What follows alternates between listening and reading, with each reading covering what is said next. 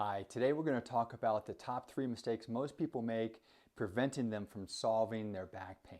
So the first one is that they ask the wrong questions. And by this I mean they ask what exercises will solve a herniated disc or stenosis or degenerated disc problem, or just insert your diagnosis here.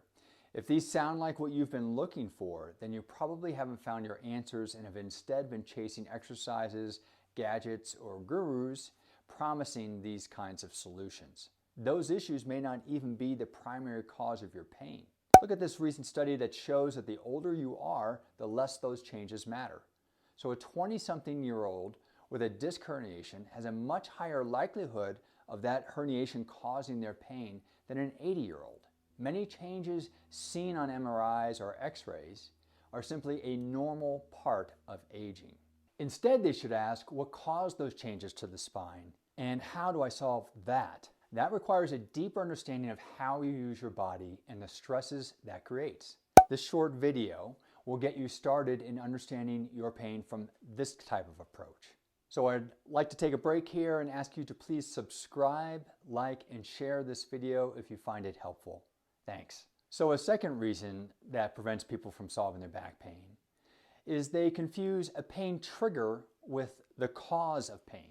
Actually, what triggered your pain was likely a pattern of movement that has been breaking down your body for a while. You've just experienced the straw that broke the camel's back. As an example, let's say that you bent down to pick up a sock off the floor and experienced that crippling back pain that took you down to your knees. You then get an MRI that shows you have a disc herniation. The assumption is that picking up that sock caused your disc herniation, which is highly unlikely. Instead, that disc has likely been changing for months, if not years, due to how you're using your body. The real cause is why you've been using that pattern in the first place. Perhaps you have older injuries or exercise history that has contributed to that pattern. You'll be surprised at how fast your back pain will resolve once you begin looking at things differently from a pattern of problems instead of just one problem. And the third mistake that people make when trying to solve their back pain is that they think that there's a one-size-fits-all mentality when trying to solve back pain. Meaning people think that there's 1 or 2 exercises that solve all back pain. If that were true, those 2 exercises would be plastered all over the internet, doctor's offices, or physical therapy clinics.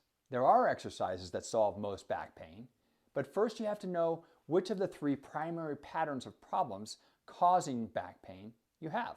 Otherwise, you're just throwing spaghetti against the wall trying to see what sticks. Most people with stubborn pain have 2 of these patterns. I discuss these in my masterclass for back and sciatic pain, where I take you through a few tests to help you understand the cause of your back pain. That link is below in the notes. Most of the recommendations I've seen on the internet make no mention of patterns of problems. Instead, they just offer popular, common exercises anyone can find, which clearly aren't really helping people. That's why so many people keep looking for their fix.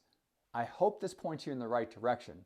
Sometimes just stopping making mistakes will be the first step to figuring out your solution. The second step will be actually understanding why you're having pain. And then the third step will be fixing those reasons. Please watch my other videos to get real answers, or join my back and sciatic pain masterclass below to begin really solving your pain. I know you can solve your pain, but it won't be by chasing the same kind of information you've been chasing all this time. It's time for something new and meaningful and based on actual clinical experience. See you in my other videos or in my home program.